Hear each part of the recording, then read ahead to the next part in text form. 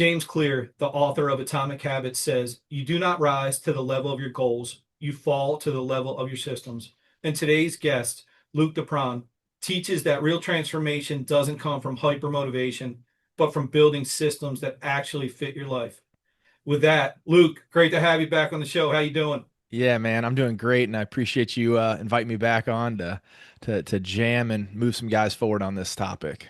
Yeah, and thanks. And I'll share this with the audience now. I messed up the intro like 5 times that Luke helped me out on. So maybe I'll put a bloopers reel out.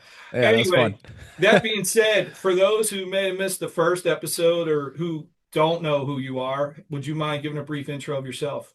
Sure. Again, name's Luke DePron, based out of San Diego. I run a coaching program called the Fit Men Project, which is an online men's physique and health coaching program. As you mentioned, it's helping guys step into long-term sustainable systems to approach their health, their physique, and their energy and confidence. It's awesome, Luke. And I've been following you now for a couple years. Obviously, I had you on the show before, but I personally can really appreciate what you're doing. And I just like what I would tell people about you is it's an authenticity thing. I love when I see your content that it's just I'm not that guy. I hate the shortcuts. I hate the quick fix approach that I see too much out of. And this time as I relaunched the podcast, as and Luke being the first, my guinea pig, I'll call him, unfortunately, the first one. I really want to start to help, with some of the guests like you put that out there because, my wife and I, as we went on our own journey, hmm man, I think it's criminal what we're seeing in today's society and what these people are just getting ripped off of their money, their time, and their health. They're not getting Yeah. value of it. So hopefully we'll put some good content out here today that people will take something away from. So have a few segments here I want to get through with you. Really try to add some value from you to the guest. And I think it will because I know how good you are at what you do and how intelligent of a speaker you are. So I'm excited. So that being said, the first segment here, I'd like to get into the health of high performers. So Luke, why do so many high performing, not just men and women, fall short when it comes to their health? Yeah, so I think a big challenge is when you, particularly like we're talking business owners, they have a lot of gusto, a lot of drive, and they're singularly focused. And to have that like high level success, you need a degree of that. And so when you start to try to step in and look at like improving again body composition, systems in your lives, it really comes down to a bandwidth issue. But the reality is like there is tactics to fit things into your life regardless of what's going on, but foundationally, that's from their perspective, it's always going to come down to a time and bandwidth issue, coupled with the fact that you can't test drive the outcomes. So you can't get a little taste of, oh, wow, this is what it would be like to have more energy, to actually sleep better, to actually improve your performance. So there's just a mismatch there. And there's, I would say, a misunderstanding of what it actually takes. It seems so beyond what they have time for, but the reality is that's just simply not true. I think hearing you say that it leads into this, and I've well, read some of your content and some of your posts that I think talk about this some.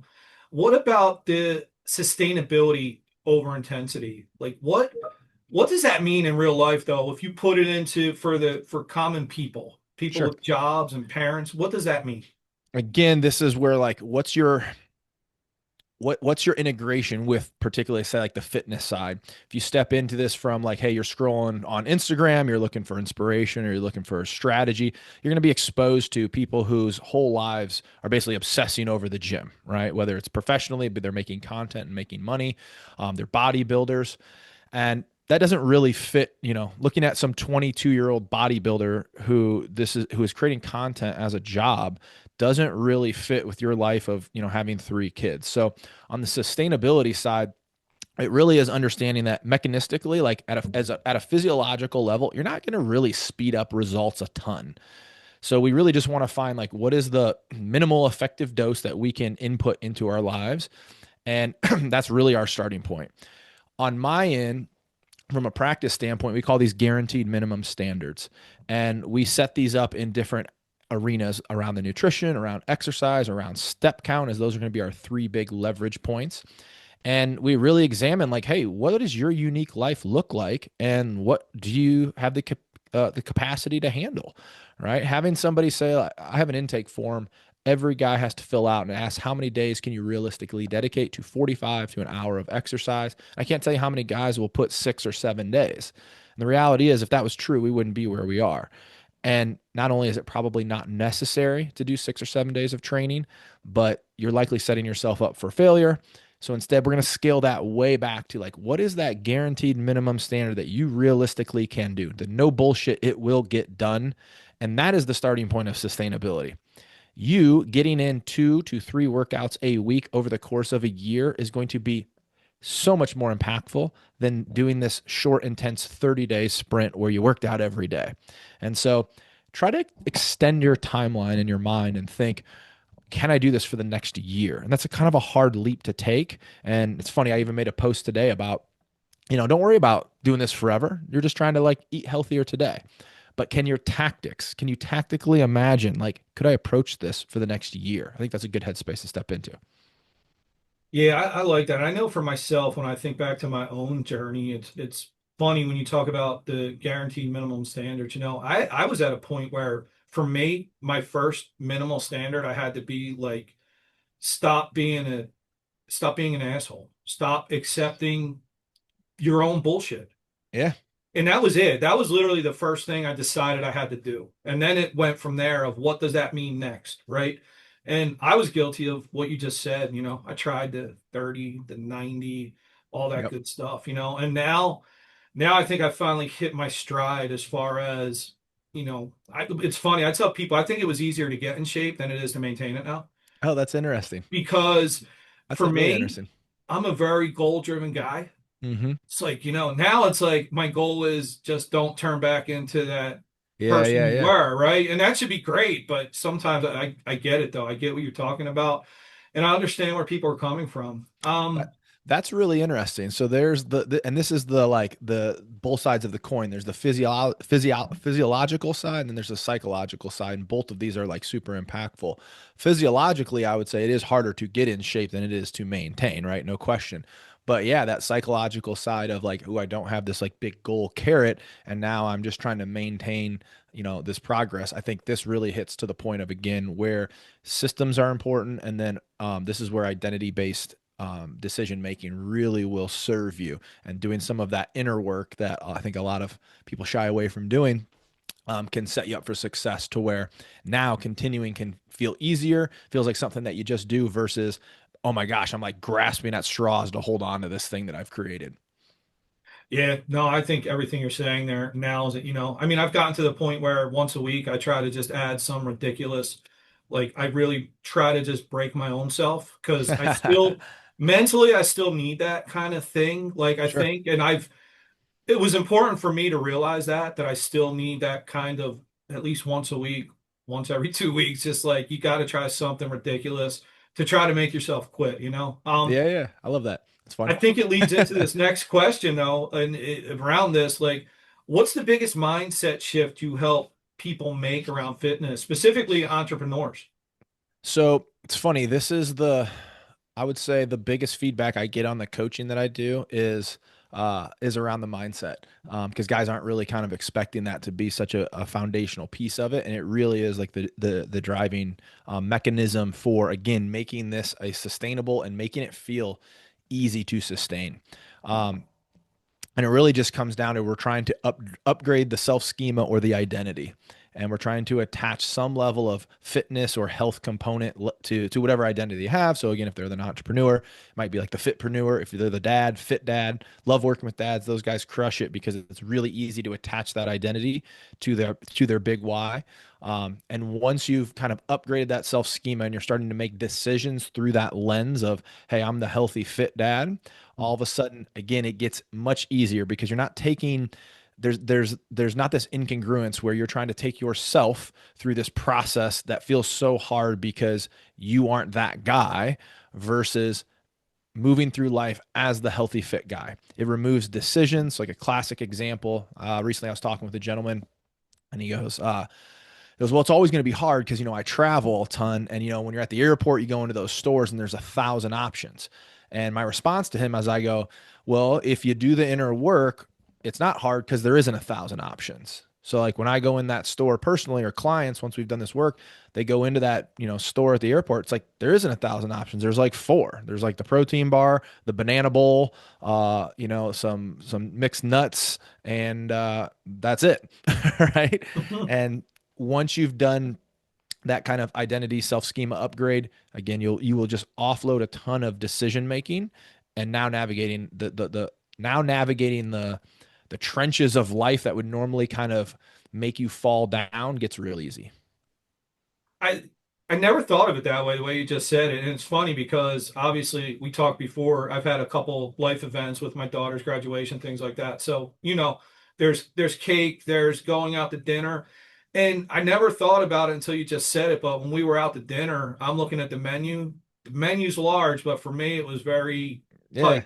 Yep. And we were at a steakhouse, so it wasn't bad, right? It was, Sure. get a 12-ounce piece of steak and some veggies, and I'm a happy guy, right? That was Totally. good.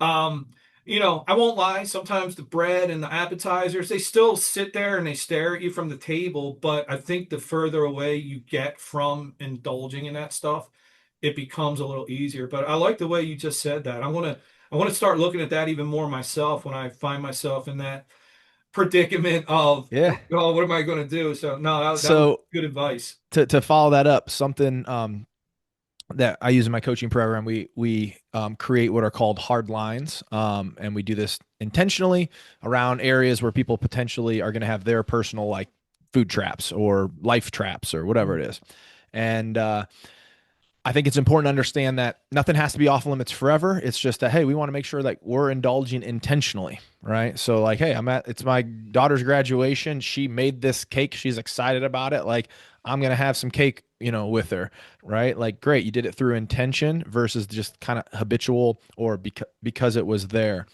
The shrinking the menu down, it's awesome that that's happened for you because again, that's cueing you towards identity based decision making and change has happened. And I always use the example, it's not like a vegan goes to Texas and stumbles into like, well, I ended up eating barbecue because, I had to. And the reality is at almost every restaurant, I'm going to be able to make something work. Might have to ask for a couple little adjustments. Hey, can you hold this? Do you mind cooking it this way? It's no big deal. Like I can go anywhere and make it work, but you're right. Like there are some places where it's like, hey, there's only two items here for me. Well, that's all right. I'm going to have one of those too. Great. Moving on. Enjoy the meal, enjoy the company, and away we go. Yeah, that's so awesome, man. We have a diner near us that we frequent, my wife and I, for breakfast, Metro Diner, and they know pretty much now my wife and I walk in. It's funny, they come right over like protein breakfast.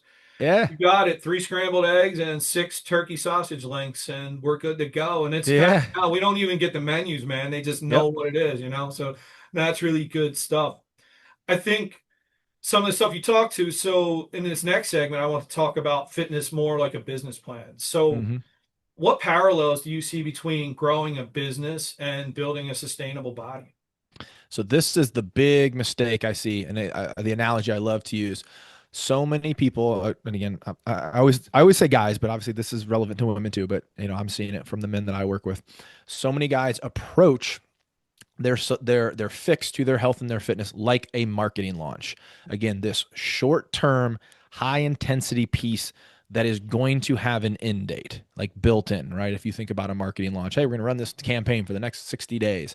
That is fundamentally how a lot of guys approach their health and their wellness versus if you were to think about it as a business plan, something where like, hey, you're trying to make this thing last for generations. How would you approach that differently? And it's cool when you think of it and approach it that way, it can have generational impact, right? Like I'm having dads who, I have a guy who, when I had him write out his big why, which is like a worksheet we do, and he wrote down, I love this. This was like one of my favorite ones. He goes, I'm a big reason he was doing it. He goes, so my kids don't have to hire somebody like you. And I was like, dude, that's so cool, right? And like, so again, like this generational impact of can this be sustained for literally years? Doesn't mean there's not going to be different iterations, just like in business, you're going to change and adapt, and there's going to be seasons of business. There's going to be seasons of life, right? Like literally, there's going to be the holidays. There's going to be a time where, hey, maybe you mentioned your father getting sick, your daughter graduating. There's going to be all of these seasons of lives in your life, but do the foundational pillars hold up? regardless of what's going on. And you have to think about approaching it that way versus the marketing launch where it's this short term effort. I don't know how I'm going to maintain this. I don't plan on maintaining this. Let's see what kind of results we get. And then at the end of it, who knows what's going to happen. Yeah, again, I think it's super sound advice, and again, I take from my own perspective when I listen to what you say and talking about the why. I think, my wife and I got to the point where we were kind of like the why ended up being more about we don't want to be a burden on our kids. That's Yeah. it. That was Love the it. biggest, like we broke it down to we don't want to be a burden.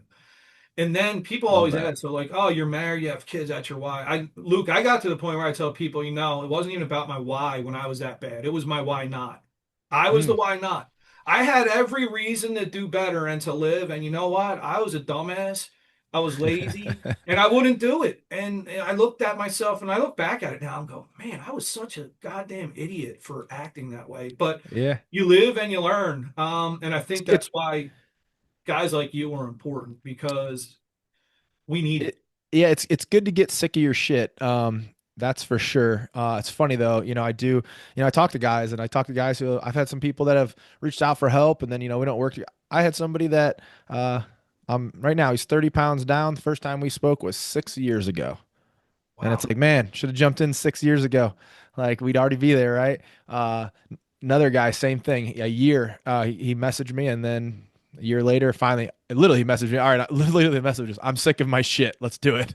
And I'm like, the sooner that you can have this revelation that you can make improvements, again, get some help, put some support in place. There is such a brighter future for everybody in this arena when you get yourself healthy and fit. And that fear component of can I do it? I don't have enough time. Like you're going to come up with a bazillion reasons. You just have to trust the fact that there's guys like you, there's guys like myself, and my clients that take their word for it that like it is worth, the juice is worth the squeeze when you get to the other side.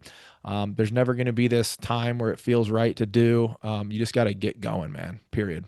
Yeah. And you mentioned guys like me. I'm going to be totally honest with you now. Anytime anybody looks at my story and they come to me and say, man, can you help me? I got to lose weight. Luke, I kid you not. I've dropped your name on occasion. There's a few other guys that I have become close with here on LinkedIn. Don't ever come to me for fitness advice. I'm the last person. Go to the guys who know what they're doing, right? And I mean that. And that's, I know my lane. My hmm lane might be able to help get you to a point to reach out to somebody like Luke, but don't take my advice because I definitely wasn't the greatest example. You touched on it at the end of your statement, though. Could you walk us through what a foundational approach to healthy living actually looks like? Sure. So I kind of look at it as there's going to be three main pillars we're really looking to navigate. And within there's going to be tons of nuance in this, but the big three are going to be like we need to get strength training incorporated into our life. There's a magnitude of reasons we want to do this from it's going to help us how our muscles are going to be more insulin sensitive so we can partition nutrition better. We're obviously going to be more physically strong. So we're going to increase our capacity. When we think about aging, sarcopenia is basically the breakdown of muscle happens naturally after 30 if you're not being proactive about it. And when you think of an older person, when you see somebody who's old and quote frail, they're weak. All right. So again, having strength is probably like the best longevity tool that no one's talking about, and everybody's trying to biohack their way to living to 150 when they just need to maintain some strength. So a foundational strength training program, and again, this could be on average, it's going to be about 3 to 4 times per week. But I've had guys where it's like, hey, we scale it down to 2 times per week, depending on the season of their life. Probably don't need to go above five from a effective dose standpoint as far as with recovery. So how do we figure out to get that into our life in the most easy way possible? Like that's the game, right? And then the second piece is going to be, which let me back that up. Most guys, they take an approach where they figure out how to make it as hard as possible to do.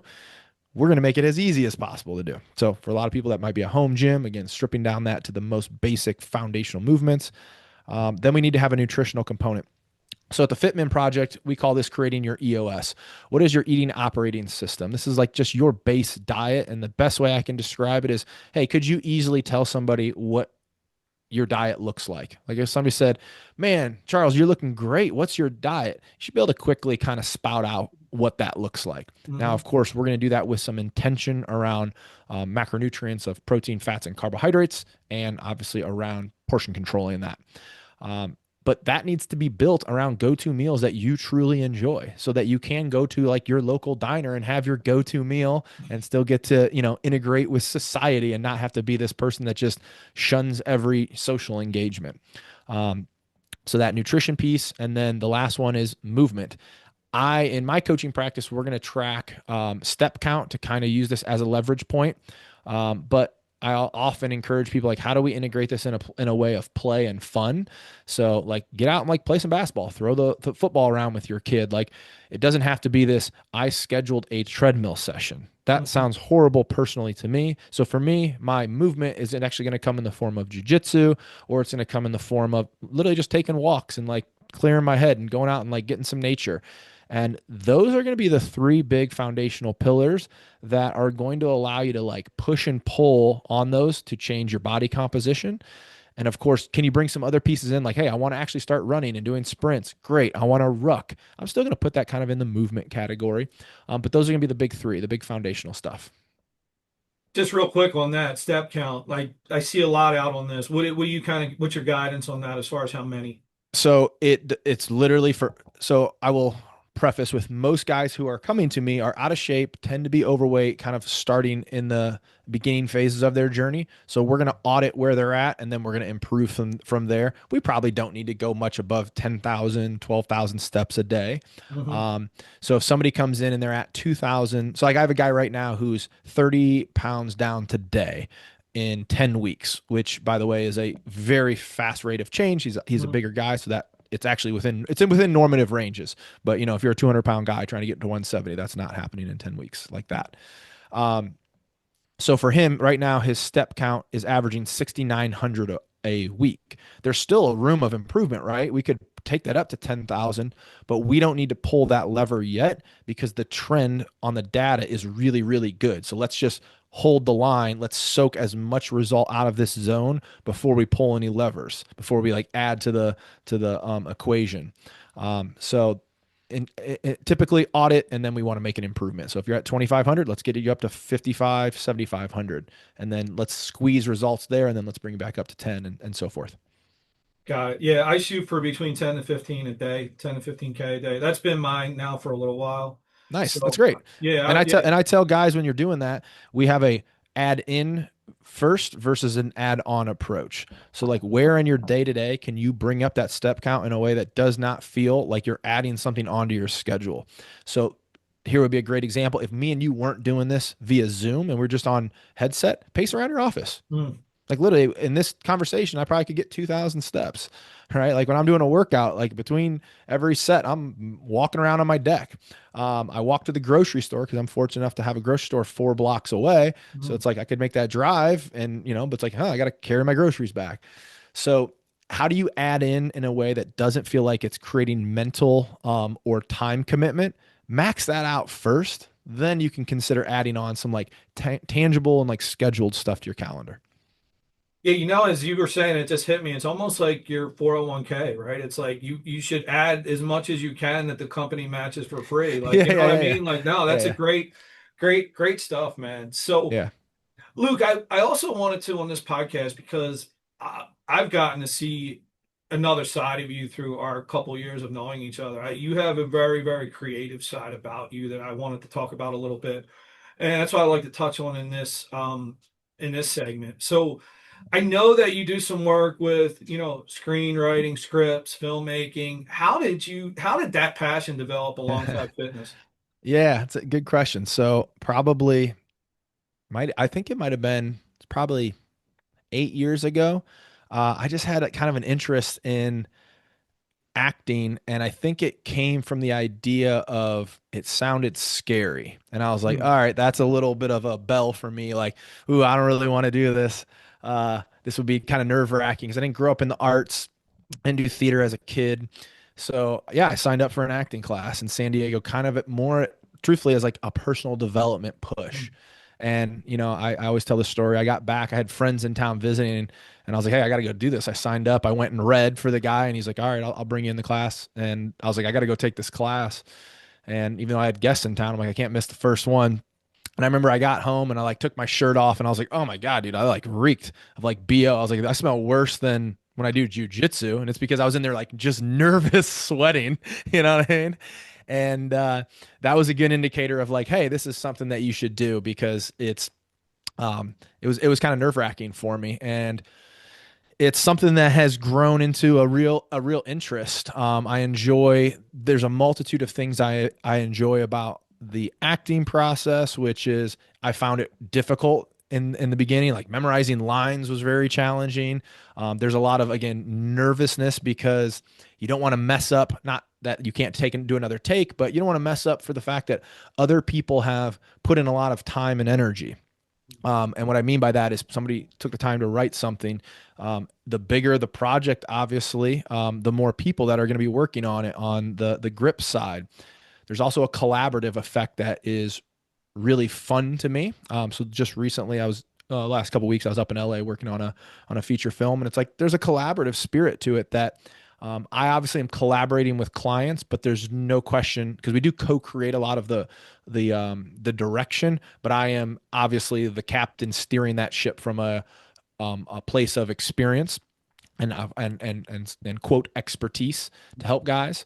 So this is a more kind of collaborative, creative adventure that, yeah, has led to some fun stuff. And then again, writing is something that I didn't normally consider myself, and now I got two scripts completely finished. What will come of them, we shall see, and a couple other in the hopper. That, that's awesome, man. And listen, I've been fortunate enough to see some of your work, and it's extremely well done. And I'm really hoping one day I'm sitting there watching something, and I listen. I will name drop if I ever see you on the big screen. I'll be telling everybody, yeah, I know that guy. So Yeah, that's yeah. heck yeah, man. Hope I so. hope you get there.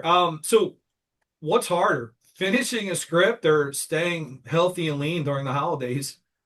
Man, so again, I have two scripts done, and I'm obviously biased to say I think they're good. They could be complete, dog shit. And they have nothing's been made, and we can talk about what that whole process looks like because that's going to be, I mean, writing a script is an easy part. Anybody can do that. Getting something made is its own monster in the craziest industry of industries. Something that I'm just now starting to try to navigate. Um, so I would say, it's interesting as I'm looking at the two. I have two others that are one that's probably 60% done, and another one that I've just started. So I would say, for me, probably. I don't know. I want to say finishing the script. I mean, I can navigate. I guess I'll put it this way: I do eat during the holidays. I eat my fair share of bullshit. The difference is I just know how to navigate that with meaning like I know how to make that an inconsequential experience in the long term. So unlike most people, there's no psychological baggage that comes with that. Whereas on the script side, I like, hey, I need to get back to that one. And like that one's 60%. You got to figure out the challenge pieces on this. And I don't have the answer yet, right?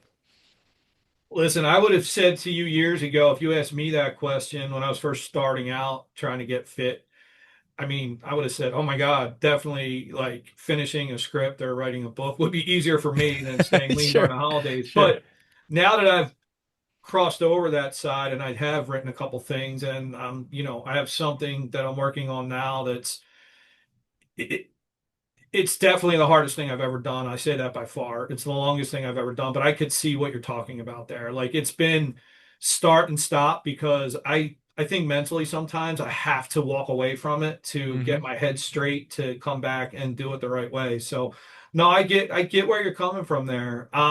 I would say I write most of the stuff in my head first on a walk, on a Yep. drive. Um, and interestingly, the first script that I wrote, um, I would say, so I wrote I had an insomnia one night and I wrote like 14,000 words with my thumbs on my phone and got out the Hmm. bulk of this. And then of course I've spent, 6 months like obsessing over commas and, specific words and all of that. But it was actually the first time I could have ever said, like, I felt kind of like touched by the muse where it kind of poured out of me. I'd be walking back from the grocery store. I'm like, I got to get back to my house to get this out. That was a unique experience because in the past, if you would have asked me, I would have said, I find writing difficult. And I have a really funny story around limiting beliefs, if you'll indulge this for a second. Hey, go ahead. Uh, I was at a mastermind years back, probably 10 years ago. And there's a gentleman who now is somebody I consider one of my best friends. Um, he's a quadriplegic. And so at the time with his disorder, it's progressive, so he could move his arms a bit, and he can kind of wheel himself around in his wheelchair. And he is next to me, and he says, we are going to do this exercise. I forget what it was called, but it was about overcoming limiting beliefs. And I have always struggled with kind of writing out my thoughts, particularly around, again, like content in like the health and the fitness space.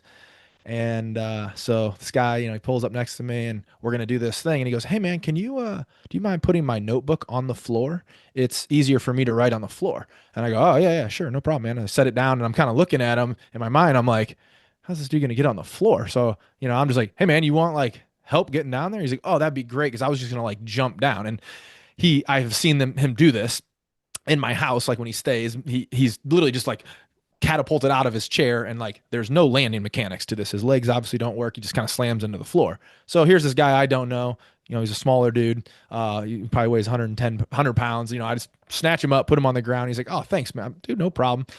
And I literally am writing my limiting belief, which is I find writing difficult. That's what I'm literally writing. And I look over, I just glance over, and he's on the floor with the pen in his mouth, writing his limiting belief. So I just take my pen, scratch that off, and say, "Well, that's done. That's done. I solved that right there." And and again, I tell this story. PJ, I love this guy to death. I'll introduce you to him. He's a great guy. He'd be a great guy to actually bring on your show. Awesome human.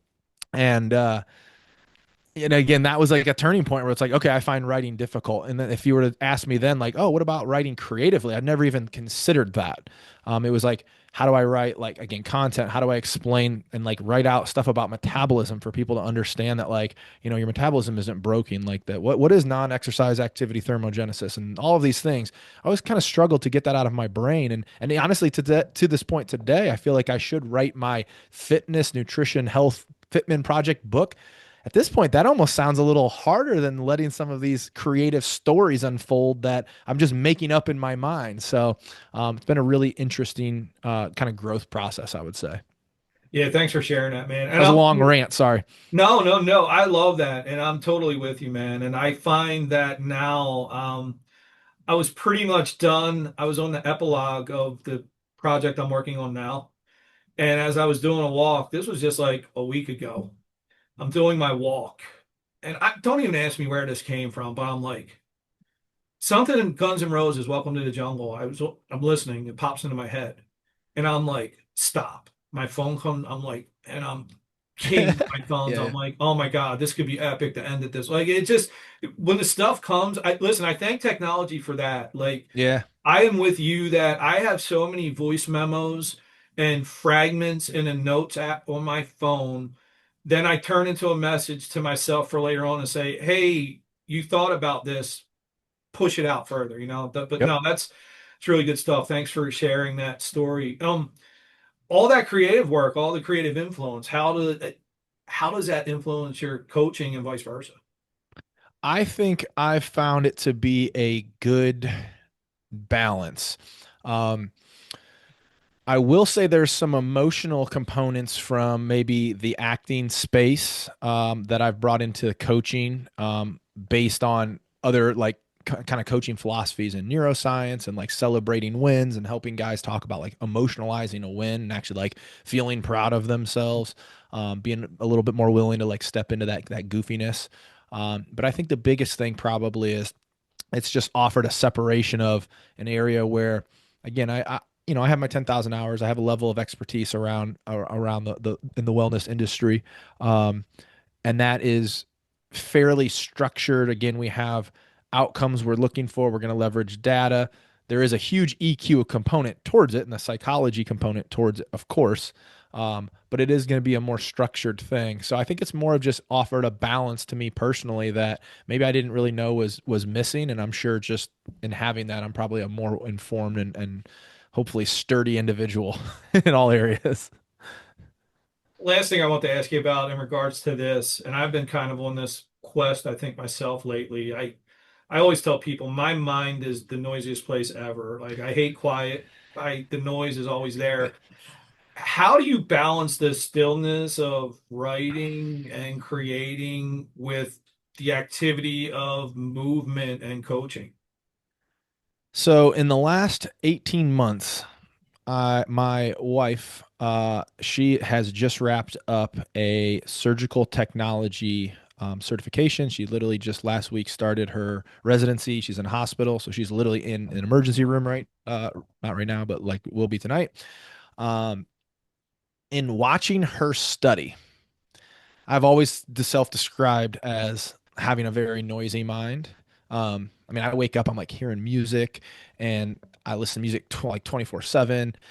I listen to the same song on repeat for 2 weeks straight for hours at in, like which to other people are like, wait, what? And I'm like, it's like sociopathic. Watching her study, I have come to a realization, and you're talking to somebody who like I don't like the idea of taking an Advil if I don't need it, probably would be diagnosed with ADHD. I can't imagine I wouldn't be. Her ability to like just watching her sit and focus after training, and she's in the fitness industry. She'd come home from clients, sit down and focus on studying was the most jarring like juxtaposition compared to what I'm doing. So for me, when I sit down to like again do some work, it's a battle. I am battling myself, and I have some strategies that kind of help, but that is something in the last probably year has really become to the surface. So to answer your question there, I don't know how I balance it. I question if there would be a better way to where those times of flow when things do come, man, should those be more frequent? As I'm watching Veronica study, I think, oh my god, I should be able to like lock in, like this is not good how I'm doing it. So I kind of joke and say, man, I'm like a tornado going forward. Like I'm making progress, I'm going there, but there's a lot of action along the way. So that's something I'm still trying to sort out. I will say movement for sure for me. um, Leveraging my physiology, doing a workout is one of the most fundamentally important things for my psychology. Mm. So like I'm I used to be, I would say, fairly risk adverse. Is that the right meaning? I will do risky things. Like I still to this day kind of do. Like I mean, jujitsu's a fairly risky endeavor, but I'm very, very cautious to get hurt because I do not want to get hurt and have my movement limited because I'm so conscious of how much my psychology is being impacted by my physiology. And I will bring this back to kind of a coaching point for any guy who's out there and like, I don't know if I can do this or like, I don't have time. The benefit that you're going to get beyond the physical is unmatched. And it's a huge component of what drives guys to continue is because they feel so good. So that balance for me is huge. Like I have to have the physical or my mind's not working.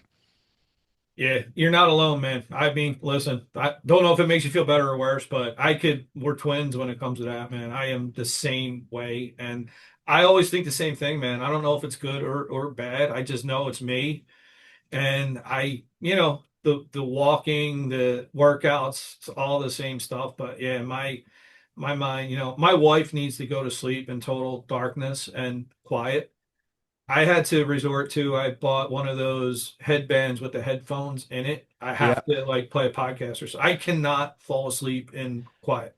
I use a noisemaker, but it's funny that you're talking about sleep. So Veronica one day she goes, or I go, well, what do you think about when you go to sleep? And she goes, what? She goes, what are you talking about? She's like, I lay down because she can just take naps at like 1 o'clock. She could literally get in bed and take a nap. I'm like, I've probably taken 5 naps in 10 years, and it's because I'm on and they're on the floor, face down on the floor. I fell asleep from exhaustion.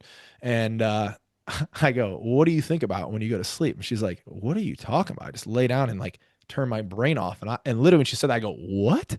That's crazy. And part of honestly writing a script came from this because I used to be a really terrible sleeper and I've made major improvements in that. But I used to lay down and think like, all right, what movie should I watch in my mind while I try to go to sleep? And that kind of shifted to what can I create while I'm trying to sleep? And that was the first antithesis of this first scene that came and then expanded. And so, yeah, man, I very much understand the noisy mind and having multitude of thoughts kind of just bombarding. And didn't realize that's maybe not quite normative until recently. Yeah, yeah, man. Well, I'm gonna try that. I'm gonna trying to see if I can think of chapters for my books and stuff like that. I'm trying to go to sleep moving forward. I will say here's an exercise that I do use, and I do actually use this with clients. Obviously, the problem with trying to lay down and do creative stuff at night could lead to like me. I stayed up till 6 a.m. one day typing on my thumbs. Sleep is a lead domino for health. Not a good life strategy. Here is one sleep tactic for people that I use with clients that do have a noisy brain. Call it the noisy mind exercise. This idea again of laying in static silence, it's not really going to support me because thoughts are going to creep, good, bad, creative, expandatory, like all a magnitude of things. So I do need some stimulus, but we need to contain it a bit. Unless I'm getting intentionally like, hey, I'm going to try to crack this scene while I'm going to lay here. And it just comes down to this. It's a breath exercise. So you breathe in and you say A is for, but you say that in your mind to yourself. And then on the out, you're going to pick a category or a topic. So it could be like cars or it could be produce. I use the grocery store a lot. So it'd be like A is for in my mind. And then on the breath out, I say apple internally. Right. I'm not speaking. What this does, it does two things. It's going to slow your breath rate to a rate of rest and relaxation to hopefully stimulate that vagus nerve and get us into the parasympathetic response. As well as for the noisy mind people, it's giving me a level of stimulus, but it's containing it. Again, I know B is going to be banana, but I still go through the process.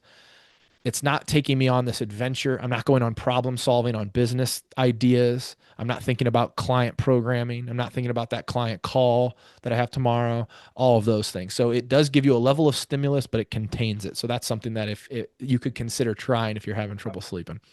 Yeah, I mean, once I fall asleep, I'm great, but falling Yeah. asleep sometimes is a problem. I am going to try that though. Definitely going to try that. Have one last thing, one last segment I want to touch on around some discipline legacy, what's next. But for you, what does, it's a word I hear a lot. What does legacy mean to you as a coach and a creator? Um, hmm. I would say leaving people better than I found them, whether I work with them or not. I think you're doing a good job on that, at least from my perspective. I mean, Thanks, man. I'm better for knowing you. I honestly, and it's not because I'm interviewing you. I'm better for knowing you. You've definitely had an influence on my life that I appreciate. Thanks for sharing that, man. That means a lot. Yeah, Thank no, you. it's true, man. It's definitely true. I find people nowadays, whether it's personal, professional life, always an opportunity to compromise on something. What's that one principle you just refuse to compromise on related to your health and in your storytelling? Um, hmm. Well, again, gosh, for me at this point, my health is so foundational in who I am and what I do based on the value I get from it. Um, so I'm not gonna compromise. I'm not gonna compromise nutritionally so far out of the box on like I mean, I have my ways of being at this point. To answer it a little bit, maybe more holistically around like the coaching side, I'm not going to compromise short-term marketing strategies to win because I will tell you, for the people who only are exposed to the front end of that, but don't come through the backside and like where the real good stuff is, are going to be left worse for the wear. And I see this all the time in social content and in marketing, where yeah, maybe you have a good program or coaching. But when your front end, like there's a video I saw the other day of a guy who's got 250,000 YouTube subscribers, and his YouTube channel art is 4 foods that will kill you. And one of those foods is fruit. Like, get fucked. Like, that is a level of deception that maybe you have some good content that you're delivering behind that. But you know what actually kills people a year? 10,000 people die from eating disorders. So it's like, I'm not going to champion bullshit to hopefully get a win on the back end, if that makes sense. No, it does. And I love the way you said that too. I think it's Hopefully, I'm allowed to swear. Sorry. hey man, yeah, that would definitely and I, you know, I share this with you. Some of the things, my wife and I both have lost over 100 pounds. Yeah. And, I think from because her being a woman, obviously, I think she has a more tendency for people to reach out to her as, what did you do? Mm. And, it's amazing how they reach out for help. but then they don't like the answer when she goes through that it's what it was. Like, and my wife is very much that attitude you just described. Like, I'm not going to sit here and tell you that you don't have to exercise and you Right. don't have to eat right. You can't drink the way you're drinking. Stop smoking. All right. But then it's amazing to me how it turns into not hate, well, somewhat hate, but like it's just they're mad at her because, they don't like what she said. And I'm like, and I'm always telling her, like, you know what, F those people. Like Yeah, it's but just there's just such amazing. an industry of charlatans that are trying to position things mechanistically that like this is the missing link. And again, there's the flip side of that where like, okay, if it's not these quick fixes, then I got to go do the extreme. And the unsexy thing is this lifestyle piece that you guys have adopted and again shifted like how you show up. But yeah, it's unfortunate, man. There's again, and what really irks me around all of that like really scammy marketing is people that are going to be left damaged from that to the point where like they kind of give up and they're like, oh yeah, there's none of it's a me issue, and it's like no, it was a tactical approach issue, and I don't blame you for falling down that rabbit hole because somebody is positioning some nonsensical solution as an answer, and they sound convincing, but they are absolutely just being a bullshitter, and they're making probably really good money doing it. Yeah, they definitely are, man. And that's again why I like people like yourself, Luke. It infuriates me. Again, I want to point people to the authentic experts, I'll call them. And you're on that list. And I just feel bad that I watch people go through this, It's crazy. probably makes my wife more angry than it does me because I'm at the point now where I also have to be realistic and say, if you're taking up that space in my brain and adding to that negativity, I don't have time for it. Like I Right. won't. At 53 now, I won't compromise. That's my one thing I won't compromise now is my peace of mind and my inner peace. If Yep. you're contributing negatively to that, you're not going to be contributing to anything because you're out. So, I love well, that. no, really, really good stuff, man. If you wouldn't mind and you're up for it, I'd like to close it now with something new. I've never done this before, but you're going to be the first. Again, a All little right, bit here of we a go. rapid fire round here. All right. All right, let's do it. As I have an alarm going off here, we stayed right to time. Love it. Look at us. Awesome. Look at us, man. So for rapid fire, best workout song for getting out of your own head.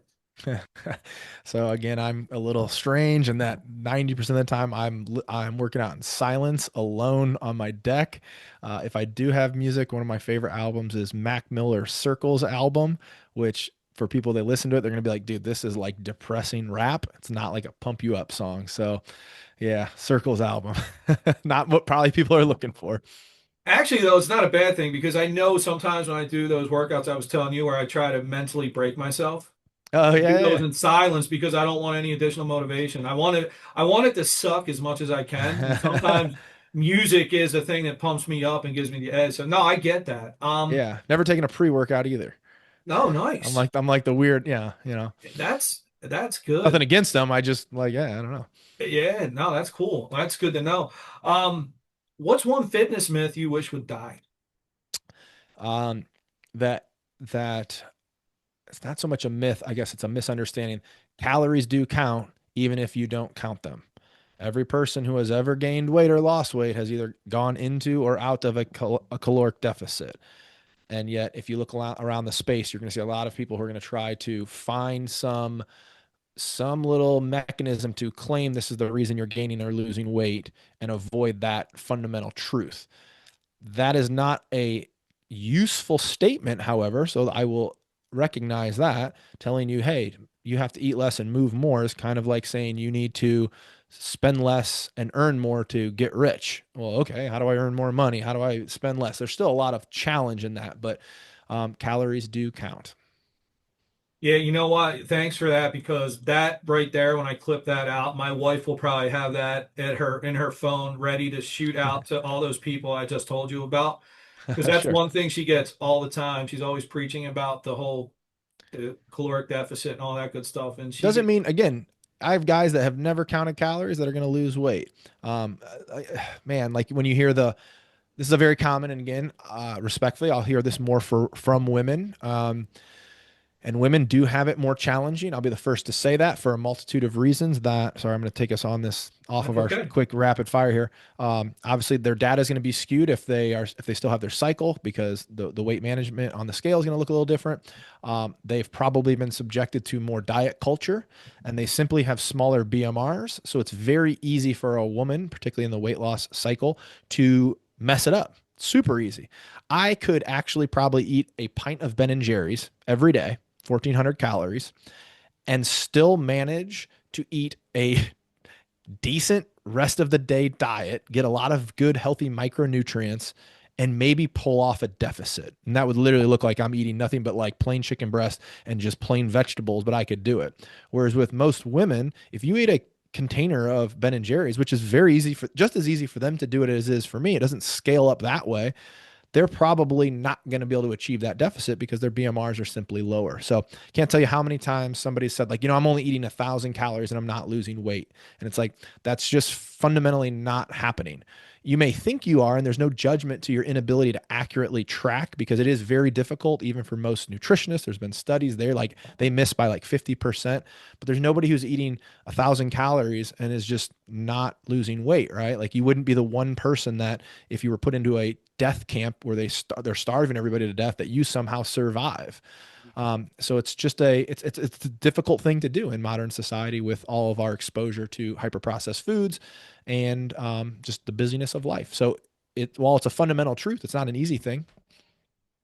Man, two things there. Totally agree with you. And I'm just warning you. It's coming. It's coming. The women hating us as men on that last segment there is going to be through the roof, man. Oh, that it's easier. I'll be the Uh, first. I'll be the they are first going to to tell you hate it's hearing you say about the Ben and Jerry's. Yeah, I mean, again, like I can just get away. I can get away with so much more. I mean, I'm 200 pounds, and let's say I want to get down to 180, which is like so that's a 20% reduction. Versus if you're 160, like how many 150 pound women have said like, oh, I want to get back to 130. Like that's going from 150 to 130, from 220 to 200 or 200 to 280, whole different animals. Yeah, no, good stuff on that. All right, so now to the creative side. What's one movie you wish you had written? Mm, man. One of my favorite Departed. I love The Departed. Nice. See, I'm not as complicated, I would say. That's a great choice. I would say for me it's probably Roadhouse. Okay, yeah. That's a good one. Hey man, pain don't hurt. Yeah, right. Shows you where my headspace is. Yeah. I think there should be I think there needs to be a comeback of like good 80s action, ridiculous, cheesy movies like Mhm. Predator, where like, Yep. a bunch of guys that are all just jacked up on steroids mow down a complete forest with infinite ammo that somehow exists. And just, I think those would do well. Yeah, speaking my, I'll be there. I'll be there Yeah, speaking my right. language, man. My family jokes with me when it talks about TV shows. They say, "Was there an explosion, a fight?" Dad like Yeah, it. Man, they're probably true. So, that's all funny. right, last question. Complete this sentence. A strong man or woman is. I would say a strong man is capable and kind. And I'm going to throw that kind in there intentionally because I think it's a very lacking attribute in a lot of folks, and it would absolutely make a big dent in the world if people approached it that way. Yeah, man. Great way to end it, man. I love it. I love it, man. And I don't know what I was expecting on your answers there. I had no preconceived ideas of what you would say. I think your song choice of silence like got me a little bit. I understand it though. Yeah, Um, well, listen, man, it's been like I said, I've been really looking forward to relaunching this podcast and getting back out there with these conversations. I don't think I could have started it with a better guest. I think you put out a lot of great content here for people to learn from, and I'm excited to get it out there for people to hear.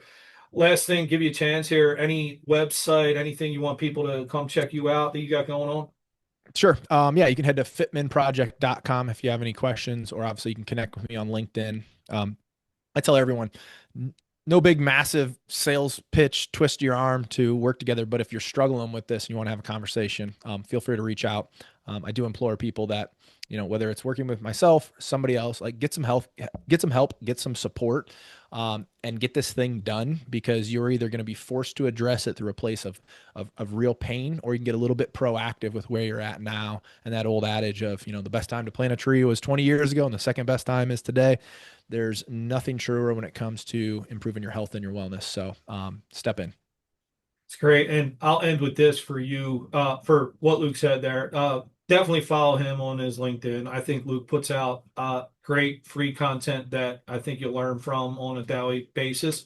I think it's worthwhile just to have him as part of your network, and I'd highly recommend Luke and what he has going on. He's the real deal, extremely authentic, and I appreciate knowing him, and I think I'm a better person for it.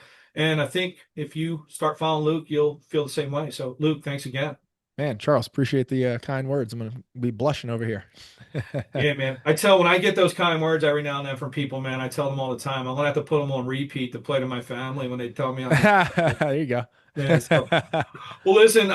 Hope everyone enjoyed this episode, and again, stay tuned for more to come. Really looking to get a lot more episodes out there. A lot of good content with guests like Luke.